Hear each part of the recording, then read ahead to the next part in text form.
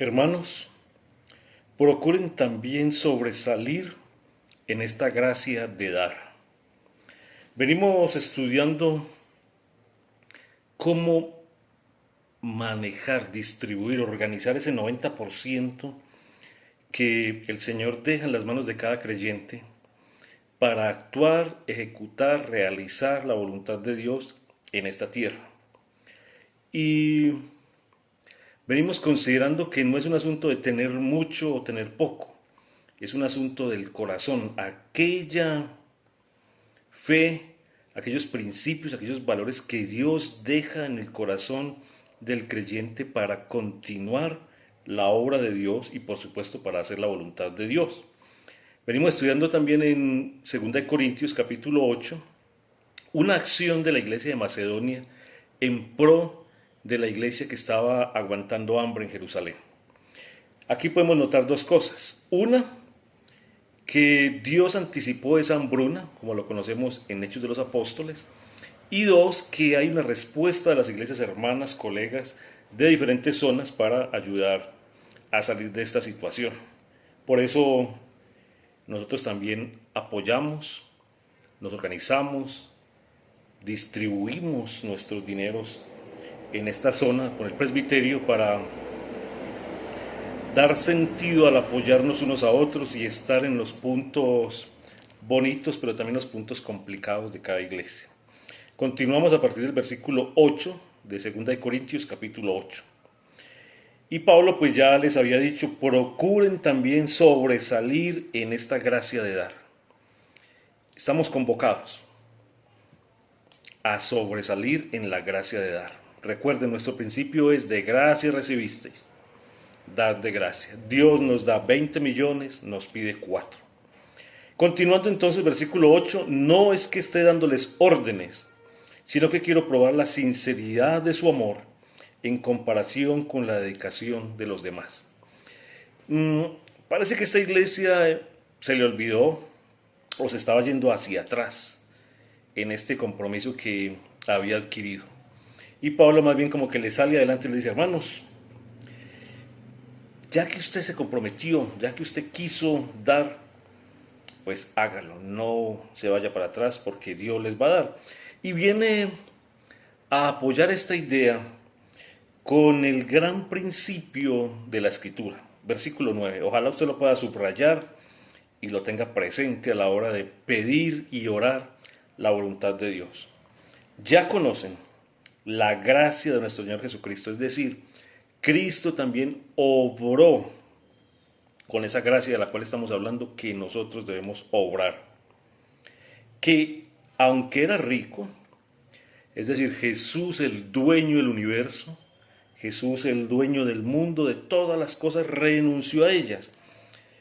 Que aunque era rico, por causa de ustedes, se hizo pobre. Es decir, Jesús alejó esas riquezas de él, se hizo pobre en pro de su presencia, su amor, su riqueza, su bondad en esta tierra para con nosotros. Sigue yendo el versículo, para que mediante su pobreza ustedes llegaran a ser ricos.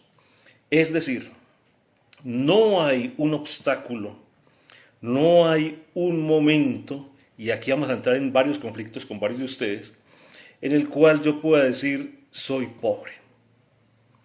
Ese concepto de soy pobre tal vez sea un valor social, sea un valor económico, pero no es un valor espiritual.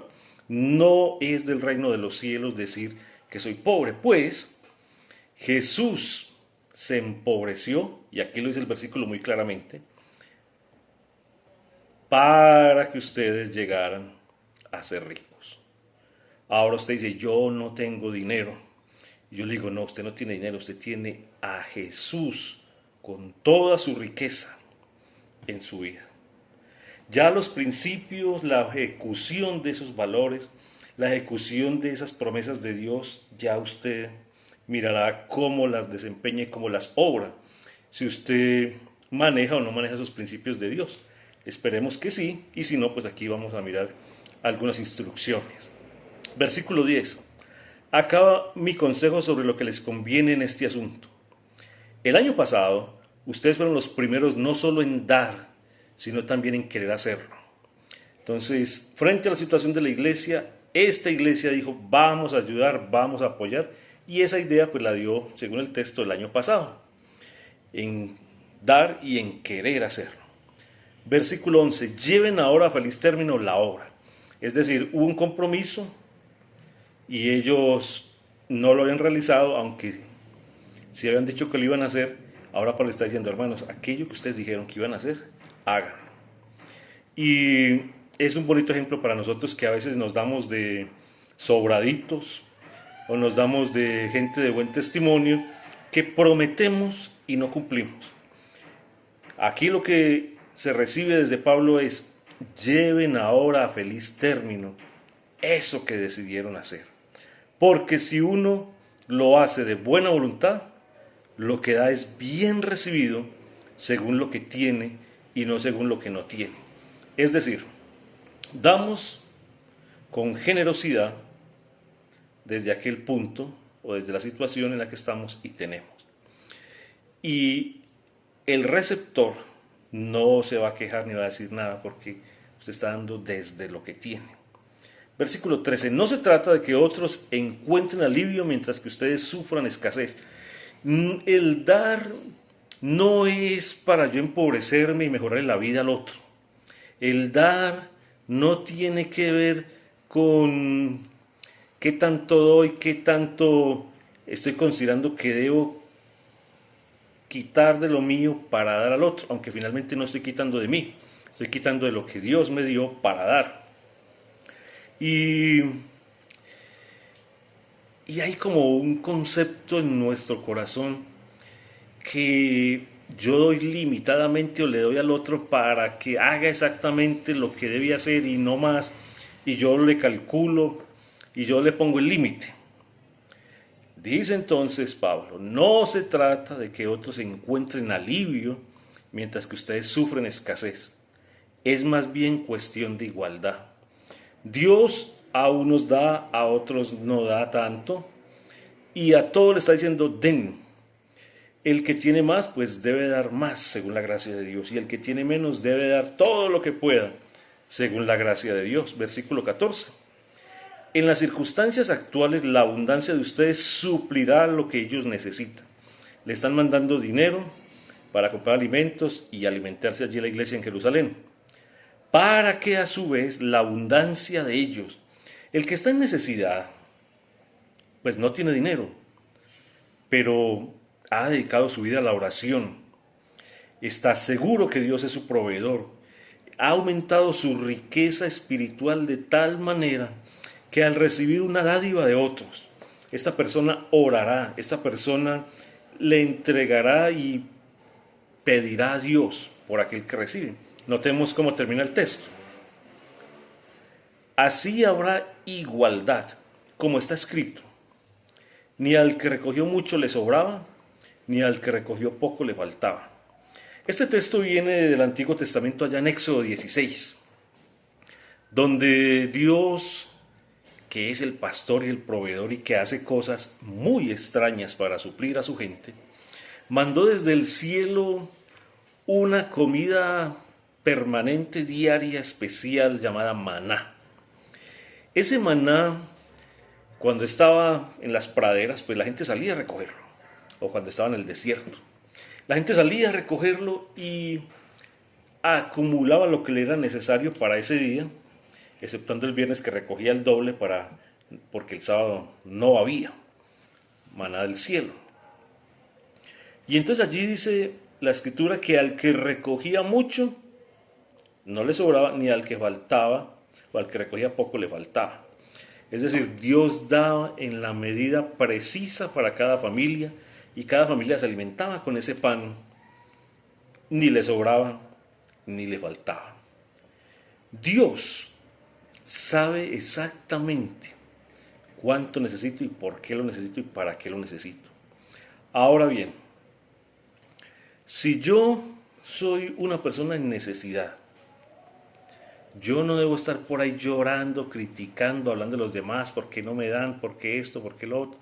Yo debo estar más bien entregado a la oración, entregado a la misericordia de Dios, entregado a la gracia de Dios, pidiendo al Señor que me supla eso que me hace falta. Y quien me suple, pues yo debo hacer algo por él, que ya vamos a mirar qué es lo que genera ese dar. Dice entonces el texto, pasemos al capítulo 9, que versículo 6, recuerden esto: el que siembra escasamente, escasamente cosechará. Lo que usted da, y recuerden lo que dice la sabiduría de Dios: el que da al pobre, presta a Dios. El que da con miserableza, así recibirá. Dice entonces: el que siembra escasamente, escasamente cosechará. Y el que siembra en abundancia cosechará. ¿Dónde está la diferencia? Yo digo que no es en la cantidad, es en el corazón. Porque hubo un momento en los evangelios en el que Jesús, estando en el templo y analizando, observando lo que estaba pasando, vio que una señora entregaba 2 monedas pequeñas al cofre de la ofrenda. Y vio cómo otras personas daban monedas incluso más grandes. Y Jesús dijo: aquí hay un problema del corazón. Y es que el que tiene poco desborda su corazón para dar. Y el que tiene mucho aprieta su corazón para dar. Y yo creo que en este texto que estamos hablando aquí de Corintios tiene que ver con eso. En cómo el corazón, cómo esa sensibilidad al Señor, cómo ese percibir lo que Dios quiere, que es su voluntad y que yo le ejecute, cómo ese corazón mío se abre o se cierra. Y yo siembro mucho, si tengo poco, Dios lo verá. Y yo puedo sembrar poco, tal vez dando mucho, pero no en comparación con lo que tengo, y Dios lo verá también. Entonces, no es cuestión de cantidad, diría yo, porque a veces las cantidades asustan. Quien da 100 y quien da 1.000.000, las cantidades asustan, pero dejamos de observar el corazón, que es lo que Dios está mirando permanentemente.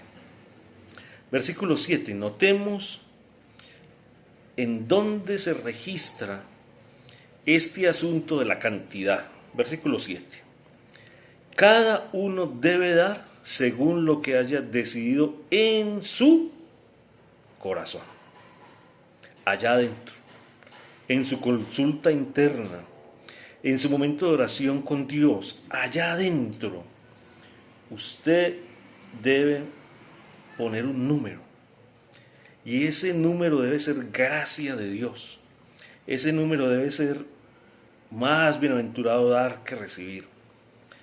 Ahora sigue añadiendo el apóstol: no de mala gana, no por obligación.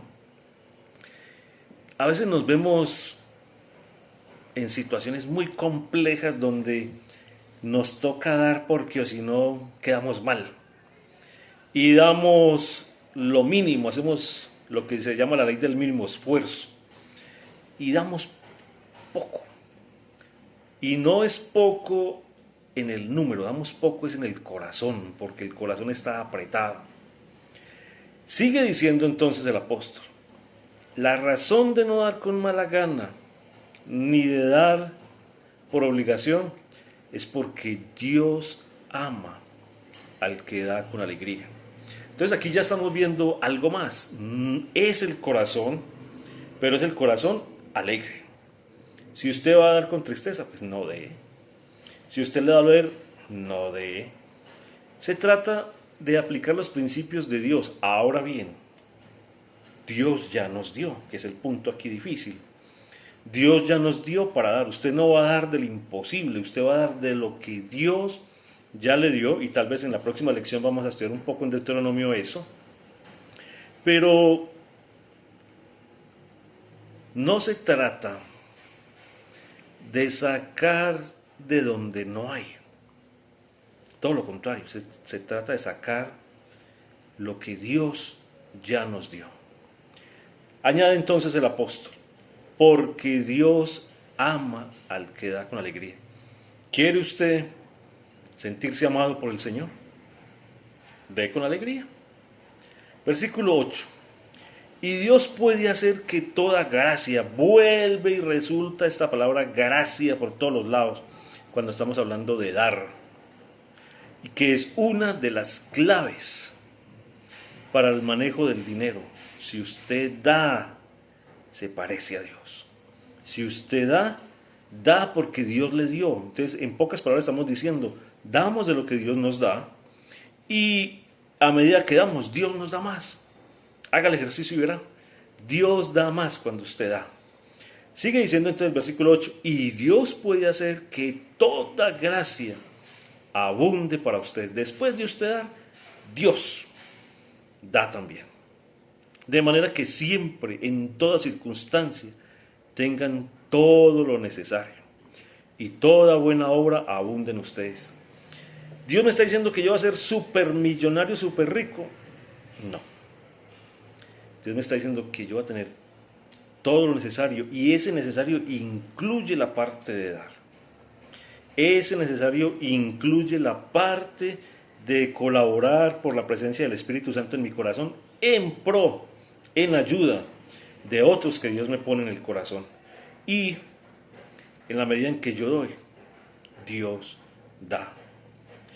Sigue diciendo el texto, como está escrito, repartió sus bienes entre los pobres, su justicia permanece para siempre. Cuando Jesús vino a la tierra, repartió su dinero, su misericordia, su sanidad, su libertad. Jamás se volvió pobre. Todo lo contrario, cada vez que usted lee los evangelios, y especialmente el evangelio de Marcos, usted ve como que va aumentando el poder de Jesús de tal manera que cada milagro es como más grande que el anterior. Y añade, versículo 10, el que le suple semilla al que siembra, Dios le da la semilla al sembrador, le suplirá pan para que coma. Es decir, desde el comienzo hasta el final de un proceso, el proveedor es Dios. No vamos a creernos nosotros que porque damos algo a alguien, entonces somos el proveedor de la persona. Jamás. El proveedor es Dios. Yo soy el medio que Dios está usando para dar a esa otra persona. Aumentará los cultivos y hará que ustedes produzcan una abundante cosecha de justicia. Cuando damos para que otros también obtengan esa gracia de Dios, eso que les hace falta para continuar el camino, eso de lo cual carecen para seguir avanzando en el conocimiento del Señor. Y bueno, voy a leerlo para no adelantarme.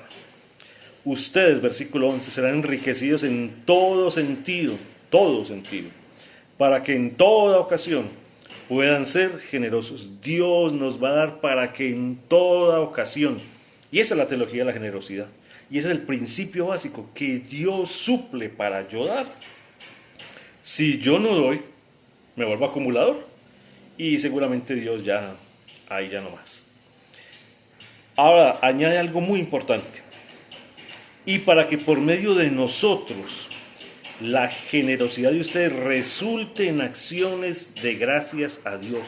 Yo provoco, cuando doy a otro siendo sensible a Dios, bajo la guía de Dios, yo provoco que ese que recibe eleve oraciones, eleve gratitud a Dios por suplir. Entonces lo que yo hago al dar es levantar en otros gratitud, levantar en otros oración, hacer que otros dependan más de Dios. ¿Qué mayor riqueza que esa? Que otro al recibir dé gracias a Dios y diga, Señor, usaste este instrumento para mi beneficio, te doy gracias.